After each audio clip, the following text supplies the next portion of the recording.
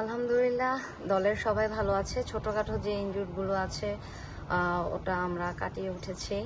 আর technical ব্যাপারে coach হচ্ছে আজকে মিটিং আছে সন্ধ্যার দিকে। হেড কোচের পক্ষ থেকে যা মেসেজ দেওয়ার দিয়ে দিবে।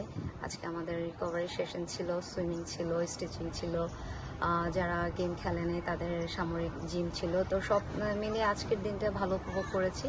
যেহেতু লাওসে এসেছি, দুইটা ম্যাচে আলহামদুলিল্লাহ ভালোভাবে ভালো খেলে মাঠ থেকে ফিরে এসেছি। আর একটা ম্যাচ দক্ষিণ কোরিয়া যদিও অনেক শক্তিশালী টিম, আশা করছি ভালো একটা ম্যাচ উপহার দিতে পারবো। যারা দেশের বাইরে আছেন আমাদের সাপোর্ট করছেন, আরেকটা ম্যাচ যেন ভালো খেলে দেশকে ভালো কিছু দিতে পারি এবং দেশবাসীর জন্য যেন কিছু নিয়ে যেতে পারি। এর জন্য সবাই আমাদের জন্য দোয়া করবেন।